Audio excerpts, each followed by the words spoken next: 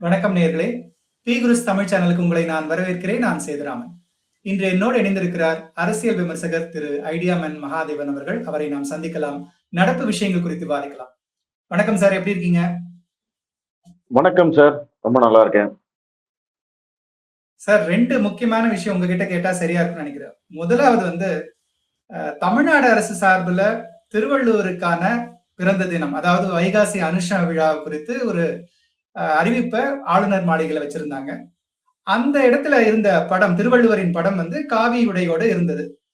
இதை பற்றி கருத்து தெரிவிச்ச அமைச்சர், தமிழக அமைச்சர் திரு அருண்ராஜ் அவர்கள் தன்னுடைய எக்ஸ் ஹேண்டில் என்ன போட்டிருக்காருன்னா, அரசு விழாக்கள்ல இந்த மாதிரி நிகழ்வு நடக்கக்கூடாது, காவி உடையில் வள்ளுவரை காட்டுவது தவறான விஷயம் அப்படிங்கிற ரீதியில அவருடைய எக்ஸ் ஹேண்டில் பதிவு இருக்கு. இதை நீங்க எப்படி பாக்குறீங்க சார்? அதாவது திமுக ஈக்குவல் டு தாவேகா அப்படிங்கிறத நம்ம தொடர்ச்சியா சொல்லிக்கிட்டே இருக்கோம். அதை ப்ரூவ் பண்ற மாதிரி அவங்க அதே அரசியலை கையில் எடுத்திருக்காங்க. இது திமுக ஆட்சியில இருந்த போதும், RN ரவி அவர்கள் கவர்னராக இருந்த போது இதே வைகாசி அனுஷம் திருவள்ளுவர் தினம் கொண்டாடப்பட்டது. அன்னைக்கும் திமுக பிரச்சனை பண்ணாங்க. அன்னைக்கும் திருவள்ளுவருக்கு காவி உடையும் நெற்றியில் பட்டையும் திருநீரும் இருந்தது. இன்னைக்கு இங்க இருக்கக்கூடிய கம்யூனிஸ்ட் கட்சி, விசிக எல்லாரும் துள்ளி குதிச்சாங்க. ரவி அவர்களும் அதெல்லாம் ஒன்றும் கண்டுக்கவே இல்லை. அன்னைக்கு நம்ம விளக்கம் கொடுத்தோம். இது எல்லாம் ஏன் நடக்குது அப்படிங்கறத தான் முதல்ல பார்க்கணும். இது நடக்கிறத நம்ம தொடர்ச்சியா பார்த்துக்கிட்டே இருக்கோம். எதற்காக இதை செய்கிறாங்க, திமுக ஏன் இதை பிரச்சனையாக்குறாங்க அப்படிங்கறத, அந்த அரசியலை தான் நம்ம பேசணும். இது ஓப்பனா சொல்லணும் அப்படின்னா, திருவள்ளுவரை கிறிஸ்துவ மதத்திற்கு தாரை வார்ப்பதற்கு இவர்கள் அத்தனை பேரும் முயற்சி செய்கிறார்கள். இது நான் ஓப்பனா சொல்றேன், பகிரங்கமான குற்றச்சாட்டா சொல்றேன். இதற்கான முயற்சிகள் கடந்த 50 ஆண்டுகளாக நடந்து கொண்டிருக்கிறது. இன்னைக்கு திமுக மட்டும் இல்லாம தமிழகத்தில் இருக்கக்கூடிய அனைத்து கட்சிகளும் கிறிஸ்துவர்கள் போடும் ஓட்டு பிச்சைக்காக திருவள்ளுவரை எப்படியாவது மதம் மாற்றி விட வேண்டும் அப்படின்னு அவங்க எல்லாம் தொடர்ச்சியா முயற்சி பண்ணிட்டு இருக்காங்க. அதற்கு இன்றைக்கு தடையாக இருக்கும் ஒரே கட்சி பாஜக. அவங்க மட்டும்தான் இவங்களுடைய இந்த சூழ்ச்சி அரசியலுக்கு ஆட்படாமல், திருவள்ளுவர் காவி உடைதான், திருவள்ளுவருக்கு நெத்தியில விபூதி வைப்போம், திருவள்ளுவரை இந்துன்னு தான் சொல்லுவோம் அப்படின்னு அவங்க வெளிப்படையா ஒரு போரே நடத்திக்கிட்டு இருக்காங்க. அதனுடைய வெளிப்பாடு தான் இன்னைக்கு இந்த பிரச்சனை. ஒவ்வொரு முறையும் திருவள்ளுவர் தினம் வரும்போதோ இல்ல திருவள்ளுவருடைய போட்டோ வரும்போதோ இவங்க வேணும்னே பிரச்சனை பண்றது எல்லாமே காரணம் என்ன? இந்த ஓட்டு பிச்சைக்காகத்தான், ஓட்டு அரசியலுக்காகத்தான். இதுல நீங்க திருவள்ளுவர் சொல்லுங்க. கடந்த காலங்கள்லயும் இதற்கான முயற்சிகளை எடுத்திருக்காங்க இல்லையா? ஒரு தெய்வநாயகம், பேராசிரியர் தெய்வநாயகம், தேவநேய பாவாணர் போன்றவர்கள்லாம் இதற்கான முன்முயற்சியை அப்பயே தொடங்கிட்டாங்கன்னு தான் நான் பாக்குறேன். ஏன்னா உங்களுடைய பதிவுல நீங்க போட்டிருந்தது உண்மைதான். அது எப்பெல்லாம் ஒரு வாய்ப்பு கிடைக்குதோ திருவள்ளுவர் ஒரு கிறிஸ்தவரா அப்படிங்கிற அளவுல டிபேட் எல்லாம் பண்ணிருக்காங்க அந்த காலத்திலேயே. ஆனா சைவ சித்தாந்த பதிப்பு, நூற்பதிப்பு கழகம் போட்ட படங்கள்ல பார்க்கும்போது திருவள்ளுவர் நாயனாருங்கிற ஒரு விபூதி தரித்த ஒரு இந்து சன்னியாசியாக தான் தெரிகிறார். ஆனா நம்மளுடைய கேள்வி என்னன்னா, அருண்ராஜோட வாதம் ஒரு வகையில சரின்னு பாக்குறேன் நான். எப்படின்னா, அரசு விழான்னும் போது தமிழ்நாடு அரசுங்கிறது எல்லாருக்கும் பொதுவான இடத்துல ஒரு இந்துவாக காட்ட வேண்டிய அவசியம் இல்லை. ஒரு முனிவரா காட்டுறது தவறு இல்லை. ஆனா ஒரு இந்துவாக காட்ட வேண்டிய அத்தியாவசியம் என்ன? அதுக்கான தேவை எதுக்காக வருது? இல்ல, இந்துவாக ஏற்கனவே காட்டியதை அவருக்கு வெள்ளை உடை போட்டு அவரோட நெத்தியில இருந்த விபூதி அழிச்சது யாரு? எதுக்காக அழிச்சிங்க? யாரை கேட்டு அழிச்சிங்க? யாரு உங்களுக்கு அந்த அதிகாரத்தை கொடுத்தது? அன்னைக்கு சத்தமே போடாம இந்த மாற்றத்தை செஞ்சுட்டு அதுதான் திருவள்ளுவர் அப்படின்னு இன்னைக்கு நிறுவ பாக்குறதுக்கு என்ன காரணம்? முதல்ல நீங்க அந்த கேள்விக்கு பதில் சொல்லட்டும். அவங்க ஏற்கனவே திருவள்ளுவர் காவி உடைதான் இருந்தார். அவர் அவரை நம்ம கோயில்ல சிலையா வழிபட்டுக்கிட்டு இருக்கிறோம். கோயில்ங்கிறது என்னது? இந்து மதம் இல்லாம அது என்ன கோயில்? மயிலாப்பூர்ல அவருடைய சன்னதி இருக்கு. திருவள்ளுவருக்கு வேற எங்கேயும் சிலையே இல்லையா? திருவள்ளுவருடைய சிலைகள் எல்லாமே ஆதி காலத்திலிருந்தே வெள்ளை உடையில தான் இருக்குதா? அவருக்கு நெத்தியில பட்டை இல்லையா? நெத்தியில விபூதி வைக்கிறதும் காவி உடை அணிவதும் எப்படி தமிழர் கலாச்சாரத்துக்கு எதிராக மாறும்? திருநீற்று பதிகம் அப்படின்னு இங்க ஒரு பதிகமே இருக்கு. நெத்தியில விபூதி, நீரில்லா நெற்றி பால் அப்படின்னு சொல்லுவாங்க. நெத்தியில விபூதி வைக்காம நம்ம வெளியிலேயே போக மாட்டோம். அது என்ன பிராமணர்களுக்கு உரித்தானதா? ஒட்டுமொத்த தமிழர்களுக்கும் உரித்தானது. எந்த கோயிலுக்கு போனாலும் அது சிவன் கோயிலோ இல்ல வந்து நீங்க சாதாரணமா இவங்க எல்லாம் சொல்றாங்களே கருப்பண்ணசாமி கோயில், முனீஸ்வரன் கோயில், அம்மன் கோவில், எந்த கோயிலுக்கு போனாலும் என்னங்க கொடுக்குறாங்க? கோயில்ல விபூதி தாங்க கொடுக்குறாங்க. விபூதி வைக்காம குங்குமம் வைக்காம நீங்க கோயிலுக்கு போட்டு வெளியில வர முடியுமா? நெத்தியில விபூதியும் குங்குமம் வச்சுட்டு போனா மாப்பிள்ளை எந்த கோயிலுக்கு போயிட்டு வந்த அப்படின்னு கேட்கிற ஊர் இது. அப்படிப்பட்ட ஊர்ல திருவள்ளுவருக்கு வந்து நீ விபூதி வைக்க கூடாதுன்னு சொல்றாங்க அப்படின்னா இவங்கெல்லாம் யாரு? யார் இவங்களுக்கு அந்த அதிகாரத்தை கொடுத்தது? நீங்க சொல்றீங்களே திருவள்ளுவர் கிறிஸ்துவரா அப்படின்னு தொடர்ச்சியா கேட்டுக்கிட்டே இருக்காங்கன்னு. திருவள்ளுவர் கிறிஸ்துவரான்னு கேட்டது 1967. அதற்கு முன்னாடி ஜியு போப் காலத்துல இருந்தே இவங்க வந்து திருவள்ளுவரை வந்து ஒரு கிறிஸ்துவரா காட்டுறதுக்கு முயற்சி பண்ணிட்டு இருந்தாங்க. ஆனா இன்னைக்கு தெய்வநாயகம் போன்றவர்கள் என்ன சொல்லிட்டு இருக்காங்க? திருவள்ளுவர் கிறிஸ்துவர் தான் அப்படின்னு ஆணித்தரமா பேசிட்டு இருக்காரு. அதை யாராவது இவனுங்க எவனாவது கண்டிக்கிறானா? தாவேக அருண்ராஜுக்கு வந்து அப்படி ஒரு மேட்டர் நடக்குதுன்னு அப்படிங்கிறது தெரியுமா? அவர் ஒரு அமைச்சரா இருந்தாங்க அப்படின்னா என்ன வேணா பேசலாமா? இன்னைக்கு அதிகாரம் வந்துருச்சு அப்படின்னா அவர் என்ன வேணா பேசலாமா? திருவள்ளுவர் ஒரு கிறிஸ்துவர் தான் அப்படின்னு தெய்வநாயகம் பேசின ஏகப்பட்ட வீடியோ ஆதாரம் இருக்கு. இங்க இருக்கக்கூடிய திமுகவாகட்டும் இல்ல கம்யூனிஸ்ட் கட்சிகளாகட்டும், விசிக திருமாவளவனாகட்டும், வைகோவாகட்டும், வைரமுத்துவாகட்டும், இல்ல இப்ப இன்னைக்கு வந்திருக்கிற தாவேக அருண்ராஜ் ஆகட்டும், யாருக்காவது ஒருத்தருக்கு வந்து தெய்வநாயகத்தை கண்டிச்சு பேசுறதுக்கு துப்பு இருக்கா? ஏன் பேச மாட்டேங்கிறீங்க? திருவள்ளுவர் இந்துன்னு சொல்லக்கூடாது, திருவள்ளுவருக்கு காவி உடை அணிவிக்க கூடாது, திருவள்ளுவருக்கு விபூதி பூசக்கூடாது, ஆனா திருவள்ளுவரை வந்து கிறிஸ்துவர்னு மட்டும் சொல்லலாம். வெக்கமா இல்லையா அவங்களுக்கு எல்லாம்? அவர் வந்து ஒரு பொதுவானவர்னு அவங்க நிரூபிக்க ட்ரை பண்றாங்க. அதனால வந்து சார் பொதுவானவர்னே அவர் சொல்ல மாட்டேங்கிறார் சார். நான் உங்களுக்கு எடுத்து அனுப்புறேன் சார் தெய்வநாயகம் பேசுனத. திருவள்ளுவர் பொதுவானவர் அல்ல. அவரை பொதுவானவர்னு நீங்க எப்ப சொல்லணும் அப்படின்னா, அவரை வந்து யாருமே சொந்தம் கொண்டாடாத போது அவர் பொதுவானவர்னு சொல்லணும். ஆனா நாங்க இன்னைக்கு அவர் கிறிஸ்துவர்னு நிரூபிச்சிட்டோம். திருவள்ளுவர் இனிமே கிறிஸ்துவர் அப்படின்னு தெய்வநாயகம் பேசின காணொலி இருக்கு. அதே தெய்வநாயகத்துடைய ஒரு நூல் வெளியிட்ட மேடையில திருமாவளவன் பேசுறாரு. திருவள்ளுவர் ஒரு கிறிஸ்துவர் என்பதை நூலாசிரியர் இங்கே சொல்லி இருக்கிறார். அது ஆய்வுக்கு உட்படுத்த வேண்டியது. எப்படி? திருவள்ளுவர் கிறிஸ்துவரா என்பதை ஆய்வு செய்ய வேண்டும் என்று பேசியது யார்? திருமாவளவன். அப்ப திருவள்ளுவர் இந்து இல்லை அப்படிங்கிறத நீங்க என்ன ஆய்வு பண்ணீங்க? எப்படி ஆய்வு, எந்த ஆய்வுல பண்ணி திருவள்ளுவர் இந்து இல்ல அப்படிங்கறத நிரூபிச்சீங்க? அப்ப திருவள்ளுவர் இந்துன்னு நாங்க சொல்றோம் அப்படின்னா அதையும் வந்து ஆய்வு செய்யலாம் அப்படின்னு பேசிட்டு போக வேண்டியதானே? அதை எதுக்கு எதிர்க்கிறீங்க? ஒருத்தர் கிறிஸ்துவர்னு சொல்றாரு, அவரை வந்து நீங்க வந்து எதிர்க்க மாட்டீங்க. அவருடைய மேடையில போய் கலந்துக்குவீங்க, அவருடைய மேடையில போய் அவருடைய நூல் வெளியீட்டு விழாவுக்கு வந்து நீங்க பேசுவீங்க. திருவள்ளுவர் கிறிஸ்துவரா என்பதை ஆய்வு செய்ய வேண்டும் அப்படின்னு சொல்லுவீங்க. சைவ சித்தாந்த இந்த இலக்கியங்கள் அத்தனையும் வந்து கிறிஸ்துவம் தான் வந்து தமிழுக்கு கொடுத்தது. இந்து மதத்தையே வந்து தமிழர்களுக்கு கொடுத்தது வந்து கிறிஸ்துவம் தான். இதெல்லாம் பேசுனது யாரு? தெய்வநாயகம். அந்த தெய்வநாயகத்துடைய புத்தகத்துக்கு ஒரே முன்னுரை எழுதுனது யாரு? கருணாநிதி. அந்த தெய்வநாயகத்துடைய மேடைகளில் பேசுவது யாரு? இங்க இருக்கக்கூடிய இந்த முற்போக்கு கூட்டம். இவங்க இதெல்லாம் பேசுவாங்களாமா? ஆனா திருவள்ளுவருக்கு காவி உடை போடக்கூடாதாமா, விபூதி வைக்க கூடாதாமா, ஏன்னா அவரு அனைவருக்கும் பொதுவானவராமா. என்ன கதை இது? திருவள்ளுவர் இந்துதான், திருவள்ளுவருக்கு காவி உடை தான் போடுவோம், திருவள்ளுவருக்கு விபூதி பூசுவோம். ஏன்னா நாளைய தலைமுறை திருவள்ளுவரை கிறிஸ்துவராக பார்க்க கூடாது என்றால் இன்னைக்கு இதெல்லாம் செய்ய வேண்டியது காலத்தின் கட்டாயம். நம்ம அப்படித்தான் செய்யணும், அப்படித்தான் செய்வோம். இவங்களால என்ன பண்ண முடியுமோ பண்ணிட்டு போகட்டும். என்ன மிஞ்சி மிஞ்சி போனா 4 நாள் கத்துவானுங்க, அவ்வளவுதானே. அதை தவிர இவங்களால என்ன பண்ண முடியும்? சார், இத இந்து அமைப்புகள் வந்து சரியான விதத்துல அணுகலையோ, சரியான எதிர்ப்பை தெரிவிக்கலையோ? எதிர்ப்பு தெரிவிச்சுட்டு இருக்காங்க. இவங்க எல்லாரும் ஒரே குரல்ல பேசுறாங்க. இன்னைக்கு அதிமுகவுக்கு இதை பத்தி ஏதாவது பேசக்கூடிய ஒரு தகுதி இருக்கா? ஏதாவது அவங்களுக்குன்னு சொந்த கருத்து இருக்கா? தமிழகத்தை 30 ஆண்டுகள் ஆண்ட கட்சி. ஜெயலலிதா அம்மா இருந்த போது இன்னைக்கு பேசுறவன் எவனாவது வந்து இப்படி பேசியிருக்க முடியுமா?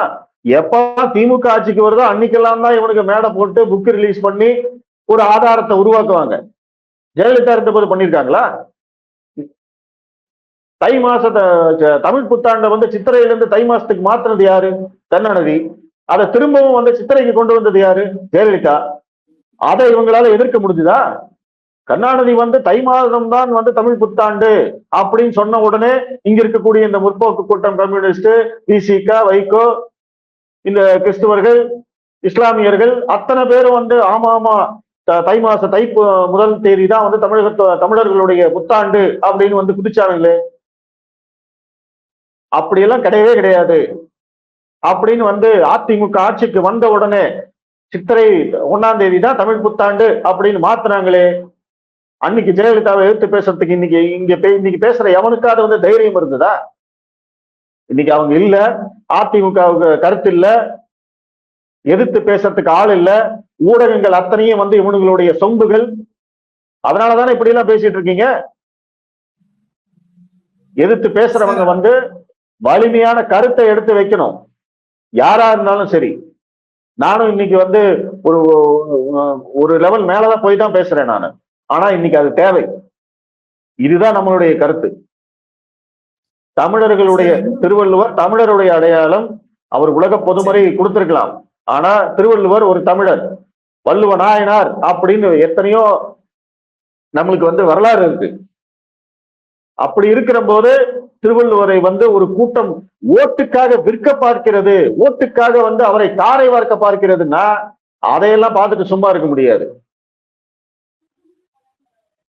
சார், இன்னும் சில பேர் என்ன சொல்றாங்கன்னா, தாவேகா அரசின் மீது இப்போ 20 நாள் தான் ஆகுது அவங்க ஆட்சிக்கு வந்து, அவங்க மேல சுமத்தக்கூடிய குற்றச்சாட்டுகள் இருந்து தப்பிப்பதற்காக ஒரு திசை திருப்பும் முயற்சி இது அப்படின்னு சொல்றாங்க. அப்படியும் இருக்கலாமா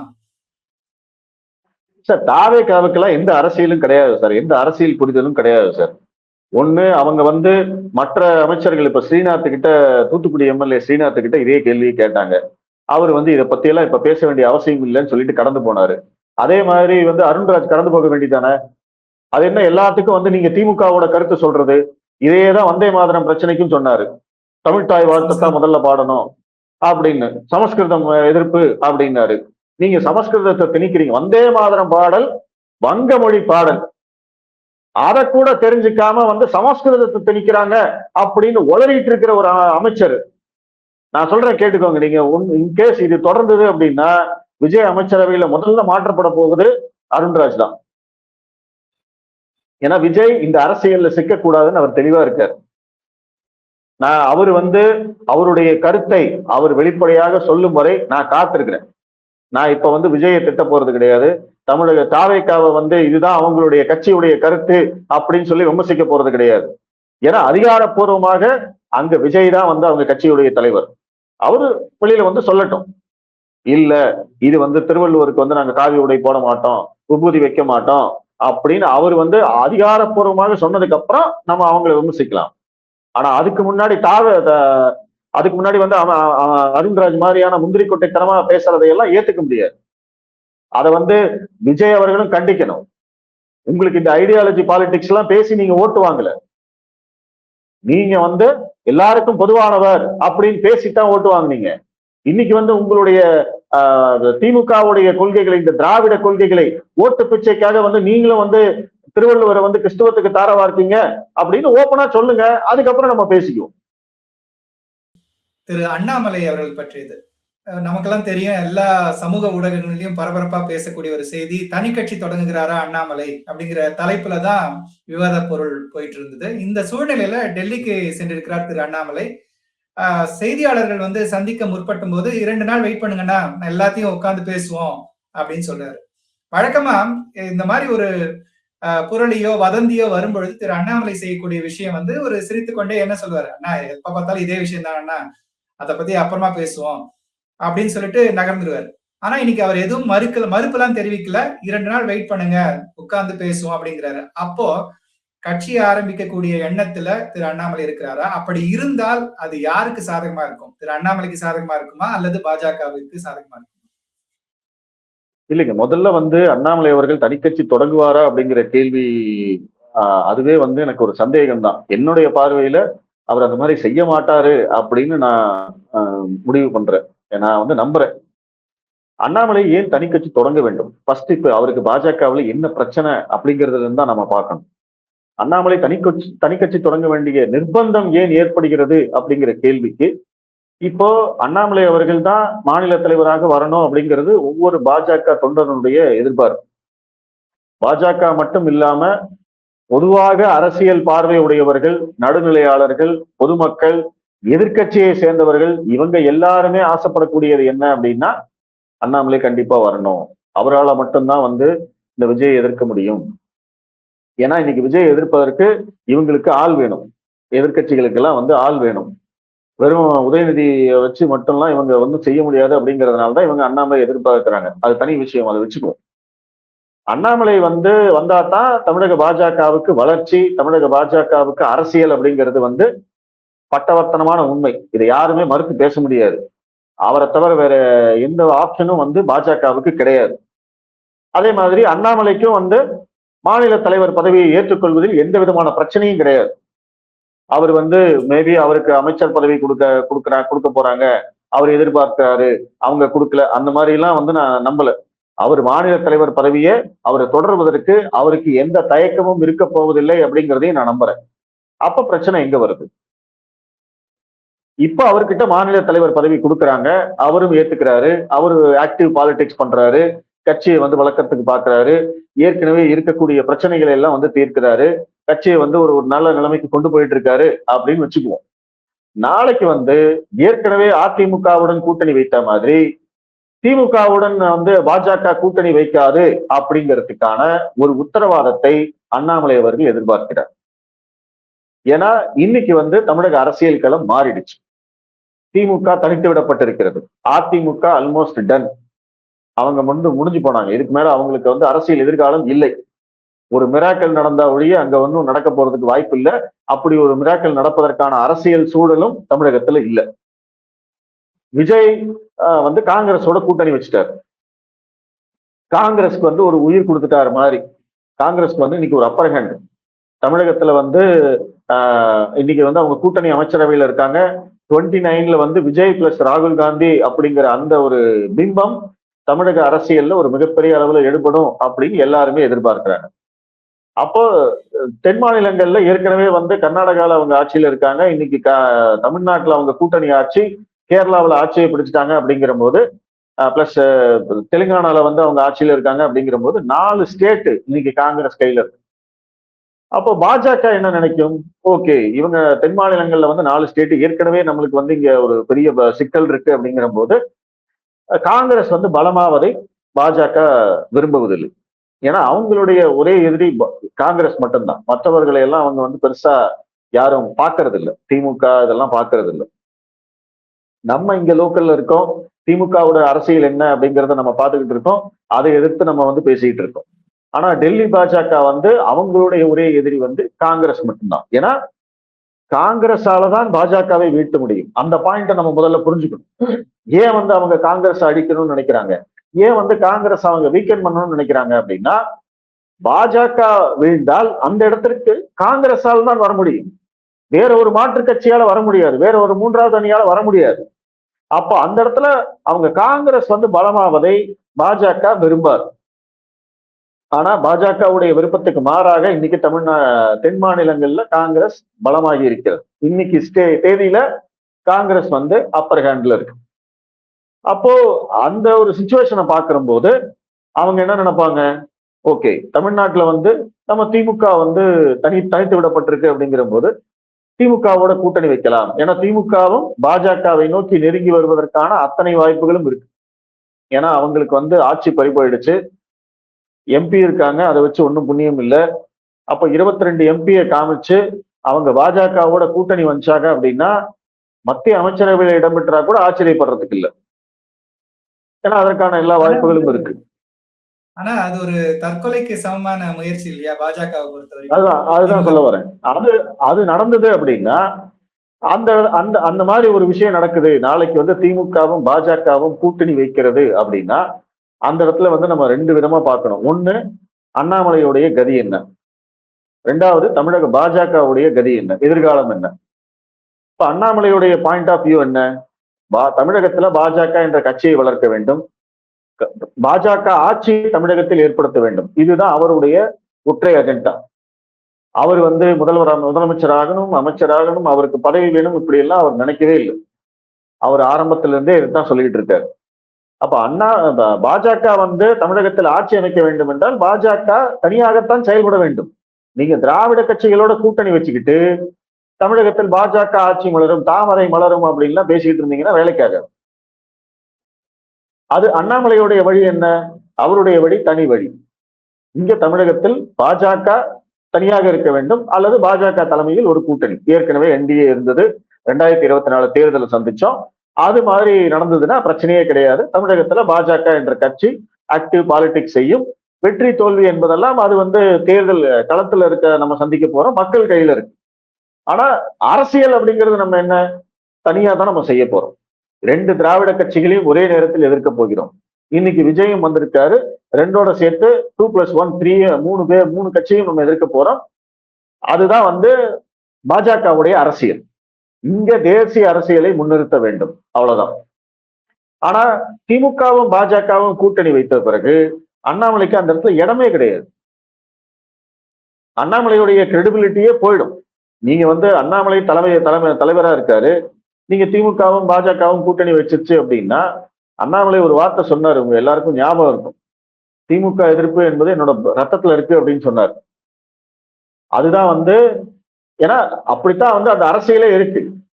அப்படிப்பட்ட ஒரு அரசியல் இருக்கும்போது நீங்க வந்து திமுகவோட கூட்டணி வச்சுட்டீங்க அப்படின்னா அதுக்கப்புறம் அண்ணாமலைக்கு இங்க வேலையே கிடையாது. ஏன்னா இங்க கட்சி வந்து வளர போறது கிடையாது. மறுபடியும் திமுக தலைமையில தான் வந்து கூட்டணி. நம்ம 2வது இடத்துலயோ 3வது இடத்துலயோ தான் இருப்போம். சோ அந்த மாதிரி நிலைமையில் இருக்கிற போது அப்போ அண்ணாமலை வந்து என்ன கேட்கிறாரு, நீங்க வந்து நான் தலைவராகிறேன், கட்சியை வளர்க்குறேன், கட்சியை வந்து ஆட்சிக்கு கொண்டு வர்றதுக்கான என்னால என்ன முடியுமோ நான் அதெல்லாம் பண்றேன், எனக்கு நீங்க பதவி கொடுக்காம போங்க, அதெல்லாம் எனக்கு தேவையில்லை. ஆனா எந்த தலையீடும் இருக்கக்கூடாது.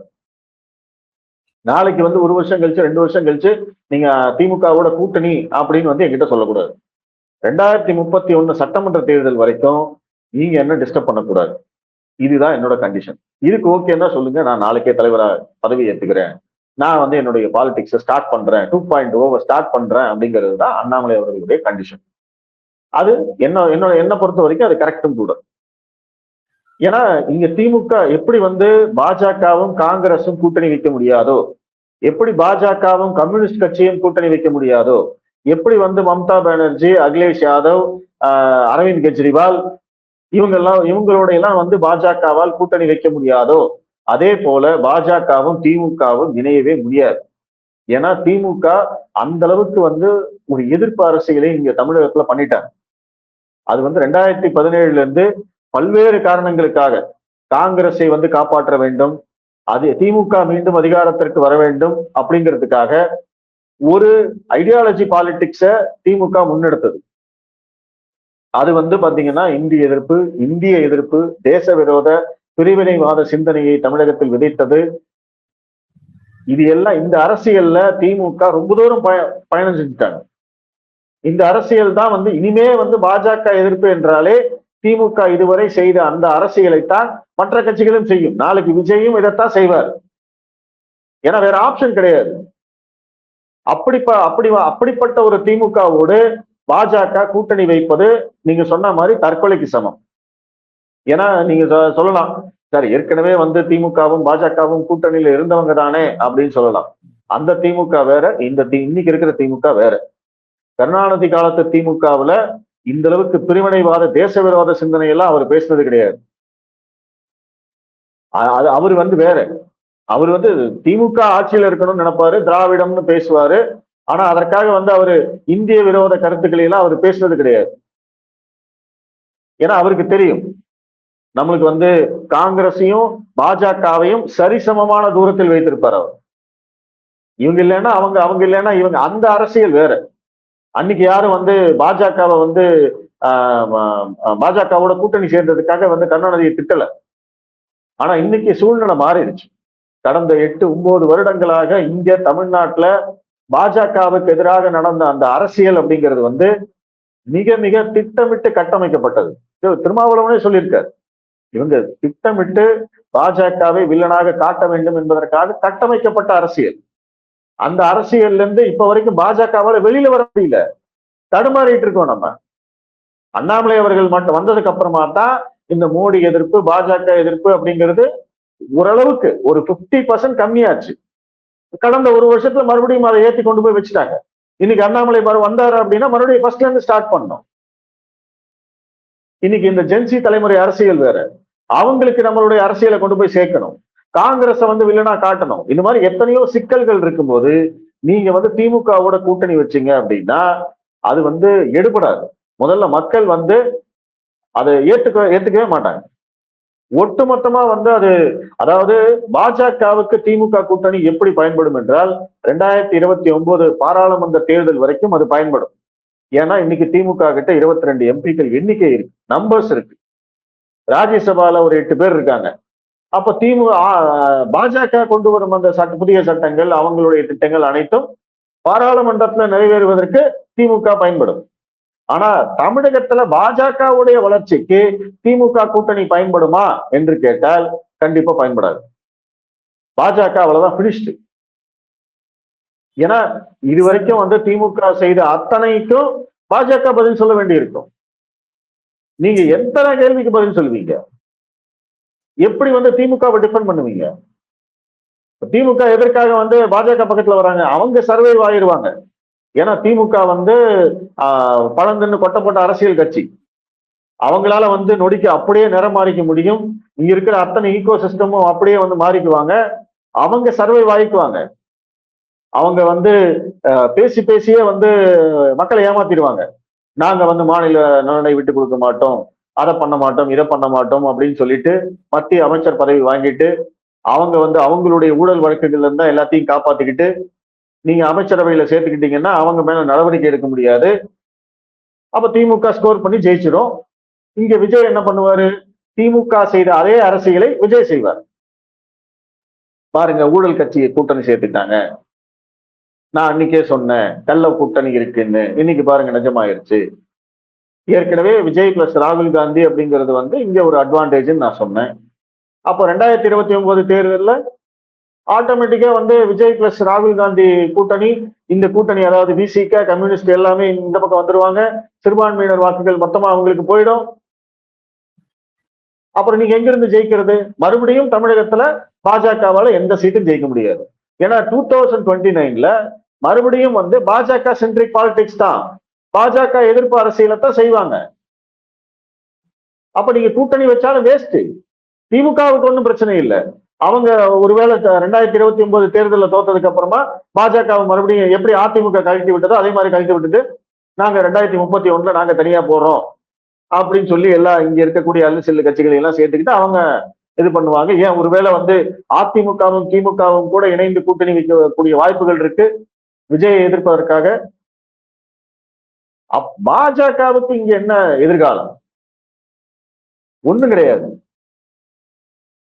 அப்போ இந்த உத்தரவாதத்தை, இந்த கேரண்டிய அண்ணாமலை எதிர்பார்க்கிறார். நீங்க வந்து 2031 வரைக்கும் என்ன டிஸ்டர்ப் பண்ணக்கூடாது, திமுகவோட கூட்டணி வைக்க மாட்டேன் அப்படிங்கறது உத்தரவாதம் கொடுங்க, நான் வந்து ரெடி ஆயிக்கிறேன் அப்படின்னு சொல்றாரு. இப்பவும் வந்து அண்ணாமலை அவர்கள் டெல்லி செல்வது மத்திய தலைமையை, டெல்லி தலைமையை கன்வின்ஸ் பண்றதுக்காகத்தான் அப்படின்னு நான் நம்புறேன். அவர் வந்து ஒரு செயல் திட்டம் கொடுக்கிறாரு. இந்த மாதிரி நம்ம செய்யலாம், நம்மளுக்கான ஸ்பேஸ் இருக்கு, பாஜகவுக்கான இடம் இருக்கு தமிழகத்துல. பாஜக மட்டும்தான் விஜய்க்கு எதிரான ஒரு கட்சியாக வளர முடியும். 2 திராவிட கட்சிகளுமே சரிவை நோக்கி சென்று கொண்டிருக்கிறது. ஓட்டு சதவீதம் குறைஞ்சிருச்சு. இதுக்கு மேல நீங்க அவங்க கூட போய் நின்று அவங்களுக்கு உயிர் கொடுக்காதீங்க. இதைத்தான் அதிமுகவுக்கும் சொன்னோம். அதிமுகவோட சேர்ந்து இன்னைக்கு நம்ம நிலைமை என்னாச்சு? அப்போ மறுபடியும் வந்து அதே தவறை பாஜக செய்யக்கூடாது என்பதுதான் திரு அண்ணாமலை அவர்களுடைய வாதம். அது சரியானதும் கூட. அதே மாதிரி நீங்க கேட்ட அந்த தனிக்கட்சி அப்படிங்கிறது, தனிக்கட்சி ஆரம்பிப்பதற்கான நேரம் இது வரல.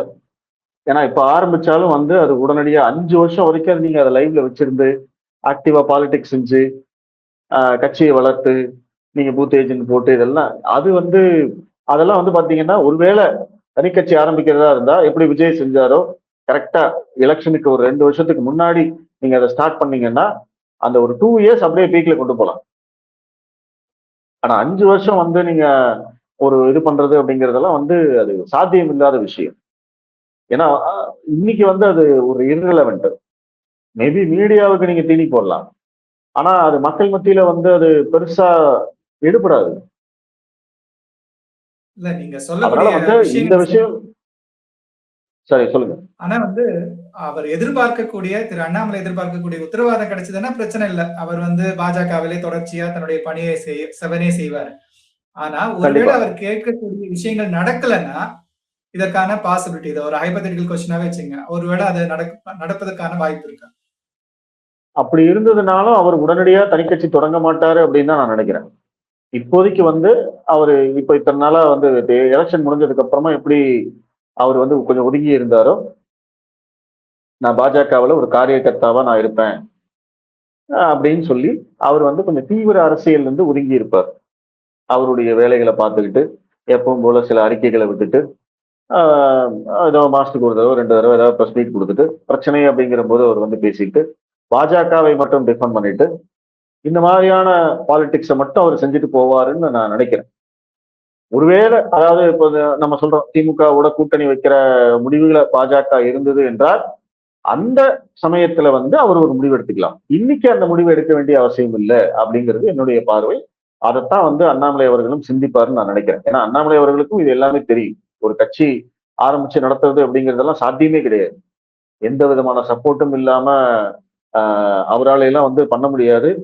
எத்தனையோ கேள்விகள் வரும். எப்படி அவருக்கு காசு வருது, என்ன பண்றாங்க, யாரு வந்து அவருக்கு பின்னாடி இருக்காங்க, இந்த மாதிரி எல்லாமே பண்ணுவாங்க. பிளஸ் ஆளுங்கட்சி, எதிர்கட்சி, மத்திய அரசு எல்லாத்தையும் எதிர்த்துக்கிட்டு பண்றது அப்படிங்கறதெல்லாம் வந்து அவ்வளவு சாத்தியம் இல்லை. சோ 2வது ஆப்ஷனா என்ன இருக்கும் அப்படின்னா அவர் வந்து தீவிர அரசியல்ல இருந்து கொஞ்சம் ஒதுங்கி மேபி அவர் ஏற்கனவே சொன்ன மாதிரி தன்னுடைய குடும்ப சூழ்நிலையை காரணம் காட்டி தன்னுடைய தந்தையுடைய உடல்நிலையை காரணம் காட்டி நான் இப்போதைக்கு வந்து என்னால இது பண்ண முடியாதுன்னு சொல்லி கொஞ்சம் ஒதுங்கி இருந்துட்டு ஒரு பீக் வரும்போது அவருடைய தேவை வரும்போது அதாவது அவர் ஒரு முடிவெடுக்க வேண்டிய கட்டாயம் வரும்போது அவர் ஒரு முடிவு அப்ப வெளியில அப்படின்னா அப்ப நல்லா இருக்கும்.